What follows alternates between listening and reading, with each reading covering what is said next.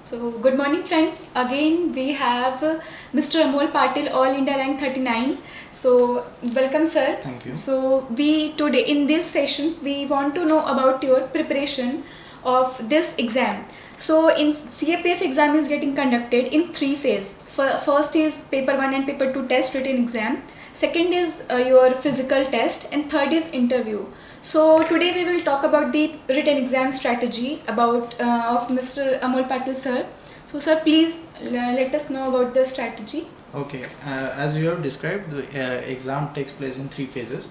Written exam जो होती है वो सबसे इम्पोर्टेंट मैं मानता हूँ कि वो एक इम्पोर्टेंट फेज है क्योंकि that is the first phase which you will clear right और उसमें आपको डेडिकेटेड एक सिलेबस है. Interview does not have any syllabus. वो सिलेबस इंटरव्यू का हर एक कैंडिडेट्स के ऊपर चेंज होता है पर इसमें आपको एक सिलेबस दिया गया है and that you have to clear. उसमें paper 1 and paper 2. Paper 1 as you know it is of 250 marks and paper 2 is of 200 marks. Generally if you see the score in paper 1 goes as high as 165 और even 170 यहाँ तक भी आया है कुछ लोगों के. और पेपर 2 का जो है वो सिलेक्टेड कैंडिडेट्स का अगर देखा जाए तो 85 से लेके 110 में वेरी होता है. ठीक है, तो you have to prepare both the papers dedicatedly. Paper 1 का एडवांटेज ये है कि it depends on your practice. First of all, I think for paper 1, we'll discuss the strategy for paper 1 first. For paper 1, you need to focus on the fundamentals first, the subjects like polity, then history, then geography and science is also very important in the preparation of CAPF. Okay. The role of basics of science, the questions from NCERT are not covered in the civils, but they are very much important for the preparation of CAPF. सो यहाँ पे ये जो 4-5 basic subjects हैं उनके आपने पढ़ने के बाद रिवीजन करने, बहुत सारे रिवीजन करने. 4 revision 5 revision are very normal thing for this. Then next comes is this is only 50% of your part. Then comes your practice. Practice means past year के और आपके जो भी टेस्ट आपने लगाए होंगे या फिर जो भी आप कोचिंग सेंटर्स है they provide good quality of questions.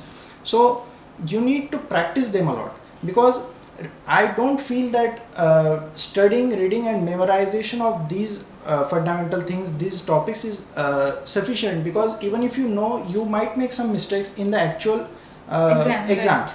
और आपको तो एग्जाम में जाके सॉल्व करना है, आपको तो एग्जाम में जाके पेपर सॉल्व करना है, पेपर लिखना है, तो you need to do that. You need to practice and also the current affair topics, yes, they are very important. Current affair paper 2 में भी आता है. आप अगर पेपर 2 का पेपर देखोगे तो पेपर 2 में कम्प्लीटली जो एसेज आते हैं they are mostly from that years current affairs. और पेपर 1 में भी उनका रोल बहुत ज़्यादा है. तो पेपर बोथ पेपर्स के लिए मैंने विजन IAS यूज़ किया था. Right from 2014-15 I was using vision IAS का मटेरियल. तो करंट अफेयर के लिए इट इज़ ओपनली अवेलेबल, कोई भी कहीं से भी उनके वेबसाइट से वो यूज़ कर सकता है. तो मैंने वही किया था. उसके बाद में पास्ट ईयर जो पेपर्स होते हैं even for paper 1 and paper 2 they are very important. मुझे लगता है कि 5 साल मतलब लास्ट 5 इयर्स के पेपर्स जो है they are like compass for your preparation. I will give an example. When I went for 2015 का attempt there was some question regarding 370 article 370 and the state was asked. Okay, so I got to know that they are asking questions around 370 article. Okay, so I prepared it very well. Then another example is amendment. CAPF में amendments के ऊपर बहुत सारे questions आते रहते हैं. मतलब in 2018 also they asked about Sikkim 36th Amendment Act. They are asked. So these are some areas which you will get. You can predict that they will ask questions from these areas. Only when you will get that when you solve the question papers. Okay, then paper 1 के लिए syllabus जो भी आपने book list fix की होगी, मुझे लगता है कि एनसीईआरटी भी बहुत सारे 6 से लेके 12 तक पहले आप पढ़ोगे. एक बार में आपके फंडामेंटल्स क्लियर होने के बाद और आप पेपर देखने के बाद आपको लगेगा कि ज्योग्राफी के लिए तो टोटल सिलेबस में 10-12 एनसीईआरटी है, but actually important are only 2, India physical और फिजिकल ज्योग्राफी जो 11th का है. तो ओनली 2 NCERTs are ultimately important and the G C Leong. Likewise आज के मतलब हिस्ट्री के लिए सिर्फ स्पेक्ट्रम सफिशिएंट है. You can read NCERT, but you don't need to, I feel. Actually, what it Revision requires के लिए. is selected reading, Yes, multiple yes. readings. Yes, selected Right. reading and revision of those topics. So- तो एक book हर एक subjects के लिए fix कर लीजिए और उसको आप रिपीटेडली रिवाइज कीजिए, और आप पेपर 1 और पेपर 2 जो भी होगा आपको प्रैक्टिस करनी है बहुत सारे. और my thumb rule would be 30 test आपको सॉल्व करने हैं, 30 to 50 Okay. before going to the exam. My schedule used to be I would wake up at 7-8 and 9 से 11 में पेपर सॉल्व करता था. उसके बाद में 3 घंटे में रिवाइज करता था, इवेल्युएशन करता था पेपर में क्या भी मिस्टेक्स हैं. उसके बाद में कोई एक बेसिक सब्जेक्ट जो उस हफ्ते मैं कर रहा हूँ, पॉलिटी इकोनॉमी जो भी, उसको मैं रिवाइज करता था और करंट अफेयर में पढ़ता था. ये मेरा ओवरऑल शेड्यूल होता था. एंड फॉर पेपर टू का जो एडवांटेज है मुझे लगता है CAPF में, वो fixed pattern is the advantage. You know that 6 essays will be asked, you have to write 4 arguments है 2 और reports है, तो you know what they will ask, तो you Right. can actually prepare very much for that. तो ये भी काफ़ी predictable है पेपर 2 जो प्रिपरेशन है, और वो करंट अफेयर्स मैक्सिमम पूछा जाता है, बहुत कम रोल उसमें बेसिक्स है, but you need to have form understanding of basics to understand the current affair, and then you will write the paper 2 well. Okay. So sir, one question which generally students asked कि paper 2 सिर्फ securing है, you have to just pass the paper, right? You don't have to score in paper 2. No, it is the marks are added. Paper 1 Okay. plus paper 2, Okay, that is okay. 400. Out of 400, whatever will be the score plus the interview marks. So the total will be from Okay, it is like that. Yeah. So sir, paper 2 में बच्चे कभी कभी मतलब preparation को इतना serious नहीं लेते हैं. हाँ. तो ये क्या मतलब इम्पोर्टेंट स्टेज है पेपर के लिए कि अगर आपने इसको नहीं फोकस किया तो आप आउट ऑफ द गेम हो जा रहे हो पहले रिटन एग्जाम में ही.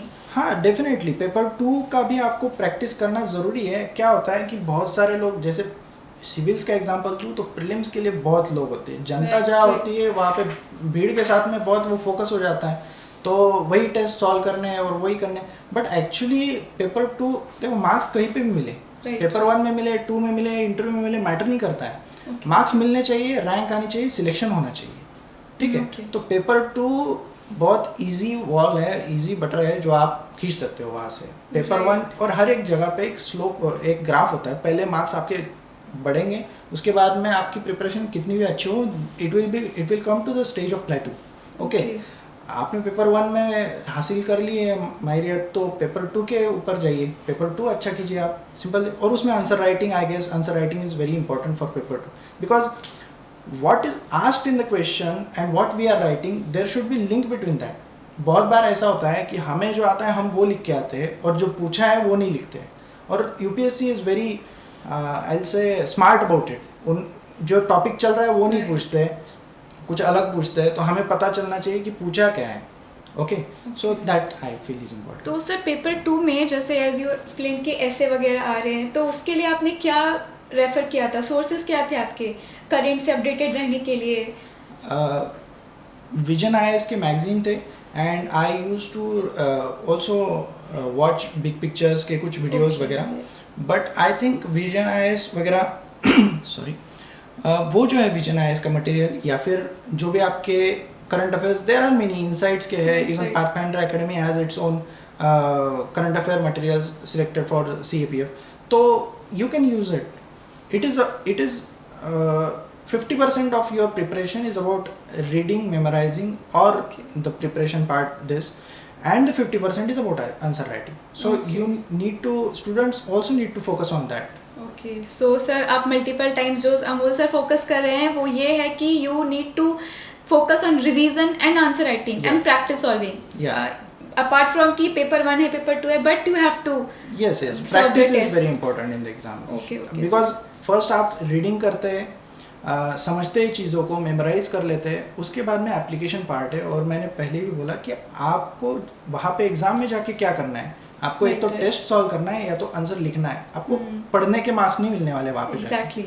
आपको वो जाके करना है, तो वो पहले ही कर लो, जो भी मिस्टेक्स होंगे, and you will learn from that. Okay okay, thank you sir. We will hope कि स्टूडेंट्स आपके सेशन को सुने और ये पॉइंट को फोकस करें, right? Yes, thank you. So thank you sir. We will in next session we will discuss about your interview experience. Okay, Thank you sir. Thank you.